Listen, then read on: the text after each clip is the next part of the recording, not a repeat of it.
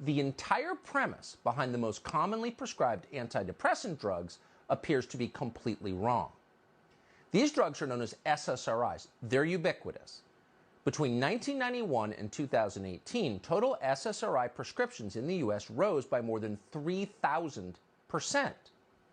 The number of prescriptions for the most common SSRIs hit 224 million last year. 224 million prescriptions in a country of 330 million people.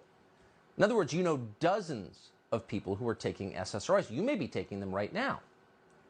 And yet for decades, there have been strong indications that there is a problem with these drugs. And the most obvious is this.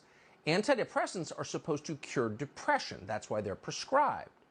And yet over the same period that SSRI prescriptions have risen 3,000%, the suicide rate, maybe the most reliable indicator of all of depression, has not fallen in the United States. In fact, the suicide rate has jumped by 35%. That's a huge increase. That's a lot of dead people.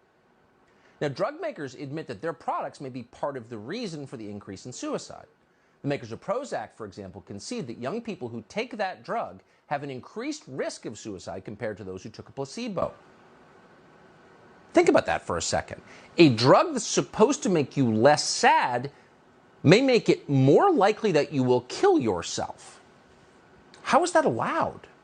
Well, it's been allowed because virtually no one has said a word about it. One person who did say something about it a long time ago was the actor Tom Cruise.